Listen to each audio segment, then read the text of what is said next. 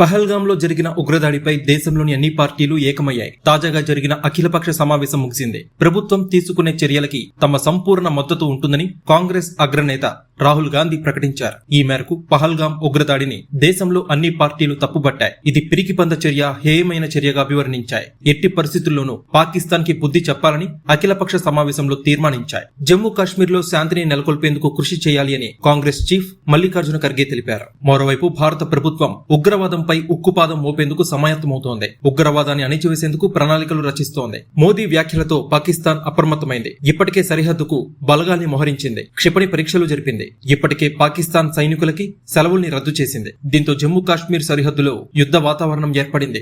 ఎప్పుడు ఏం జరుగుతుందో అని ఇరు దేశాల ప్రజలు అప్రమత్తంగా ఉన్నారు. మరో 2-3 రోజుల్లో కీలక పరిణామాలు జరిగే అవకాశం ఉన్నట్టు తెలుస్తోంది. పహల్గాం ఉగ్రదాడికి పాల్పడినా వెనక ఉండి సహకారం అందించిన అందరినీ వదిలిపెట్టే ప్రసక్తే లేదని, ఉగ్రవాదుల్ని మట్టిలో కలిపే సమయం ఆసన్నమైందని ఇప్పటికే కేంద్రం హెచ్చరికలు జారీ చేసింది.